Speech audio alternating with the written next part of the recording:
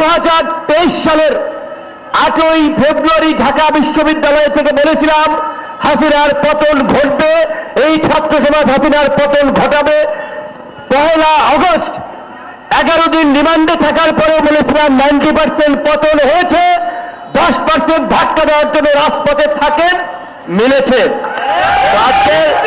রাজনৈতিক নেতৃবৃন্দ সহ শুধু আমি একটা কথা বলতে চাই, জুলাইয়ের শেষ দিকে যা ঘটেছে সেই ঘটনার উন্মেষ যদি না ঘটানো যায় এবং সেটার প্রতিরোধমূলক ব্যবস্থা যদি রাজনৈতিকভাবে না নেওয়া যায়, রাজনৈতিক সমাধান যদি না করা যায়, তাহলে বাংলাদেশ আবারও রাজনৈতিক সংকটে পড়তে পারে। সেই সংকট হচ্ছে জুলাই এদেশের দল মত নির্বিশেষে আপনার ছাত্র জনতার নিঃস্বার্থ জীবনদান সংগ্রামের গল্প। সেই গল্পের আড়ালে জুলাইয়ের শেষ 5-7 দিন ছিল আমাদের এই ছাত্র নেতৃবৃন্দকে বিদেশি অপশক্তি নিয়ন্ত্রণ করেছিল। কোন বিদেশি দূতাবাসের কর্মকর্তাদের বাসায় কেউ কেউ ছিলেন। তখন থেকেই আন্দোলনের পরিচিত ফেসকে নিয়ন্ত্রণ করে, অন্তর্বর্তীকালীন সরকারকে নিয়ন্ত্রণ করে তাদের স্বার্থ বাস্তবায়ন করার চেষ্টা করেছিল। যেই কারণেই তখন নির্বাচন নিয়ে যখন সংকট তৈরি হয়েছে, তখন আমরা দ্রুত সময়ের মধ্যে নির্বাচনের দাবিতে সরব হয়েছিলাম। শুধু একটা কথা আমাদের ছাত্র নেতা বলেছে, আমি সেটি আপনাদেরকে স্মরণ করে দিতে চাই। একটি অনির্বাচিত সরকার, একটি অন্তর্বর্তী সরকার কিভাবে নির্বাচনের আগে মার্কিন যুক্তরাষ্ট্রের সাথে সেই চুক্তি করেছিল, সেই চুক্তি ছিল দেশের স্বার্থ পরিপন্থী।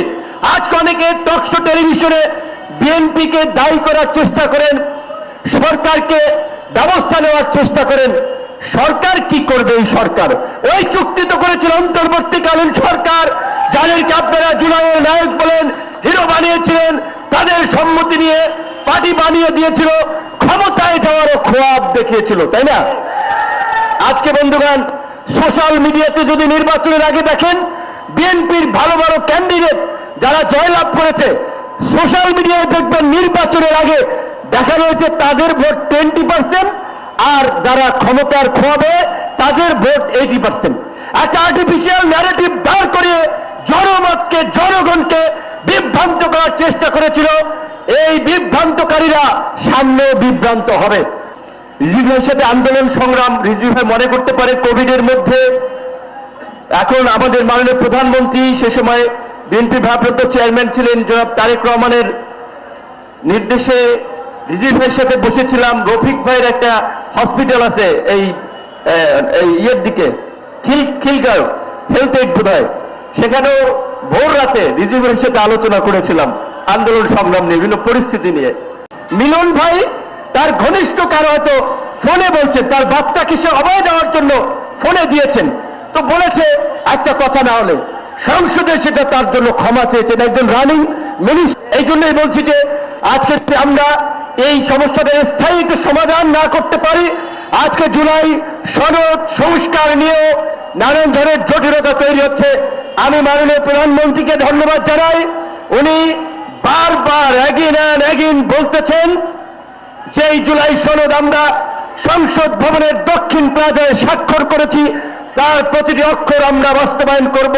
আমি ওনার এই দৃঢ় অঙ্গীকারকে ধন্যবাদ জানাই।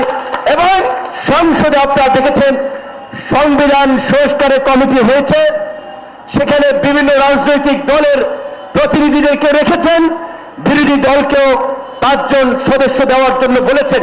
আমার বিশ্বাস আলাপ আলোচনার মধ্যে দিয়েই আমাদেরকে একটা সমাধানে পৌঁছাতে হবে। প্রধানমন্ত্রী যেহেতু বলেছেন এই কমিটির বাইরেও যদি আরো কিছু করা লাগে সেই কমিটিতে আলোচনা করে একটা রাস্তা বের করা যায়, কিন্তু সেইটা না করে যদি আমরা এই একটা নতুন সরকার এখনই যদি রাজপথে হুঙ্কার দেই, এটা সঠিক হবে না। কিছুদিন আগেই একটা আন্দোলন, আমি একজন তরুণ, আমি আমার তরুণ ভাই বোনদেরকে সহানুভূতি ভালোবাসার জায়গা থেকেই বলছি, আমরাও তরুণ, কাজে তরুণদের প্রতি আমাদের বিশেষ ফিলিং আছে। কিন্তু এই যে একটা আন্দোলন হলো, এটার যৌক্তিকতা কি ভাই? মিলন ভাই তার ঘনিষ্ঠ কারো হয়তো ফোনে বলছেন, তার বাচ্চাকে সে অভয় দেওয়ার জন্য ফোনে দিয়েছেন, তো বলেছে একটা কথা না হলে সংসদে সেটা তার জন্য ক্ষমা চেয়েছেন। একজন রানিং মিনিস্টার, আগেরও তিনি প্রতিমন্ত্রী ছিলেন, তারপরেও ফেব্রিকেটেড করে একটা আন্দোলনের রূপ দেওয়ার চেষ্টা, সেটা মোদী বিরোধী 2021 সালে। জেলখানায় এইবার যখন গ্রেপ্তার হয়েছি তখনও যে রিজভী ভাইকে আমি পেয়েছি, এবং যেদিন রিজভী ভাই গ্রেপ্তার হয় আপনারা জানেন যে সেদিন বিএনপির নেতৃত্বে যে আমরা দলগুলো যুগপৎ আন্দোলন করছিলাম, সকল দলের কিন্তু সম্মিলিত কর্মসূচি ছিল, একটা গণমিছিল কর্মসূচি ছিল 19 জুলাই শুক্রবার। আমরা সে সময় কাইয়ুম ভাই সহ তারা এই বাংলা শিল্পকলা একাডেমির এইদিকে, আমাদের লোকজন পানির ট্যাঙ্কির ওখানে প্রস্তুতি নিচ্ছিল, আমরা ইসলামী ব্যাংক হসপিটাল এখান থেকে যাব, এর মধ্যেই শুনি রিজভী ভাই গ্রেপ্তার হয়েছেন। এবং কারাগারে ডিবি কার্যালয়ে যে 11 দিন ছিলাম, একই রুমে ছিলাম, এবং আজকের এই ঐতিহাসিক প্রোগ্রামে একই সাথে আছি, এটা একটা স্মৃতিবহুল ঘটনা।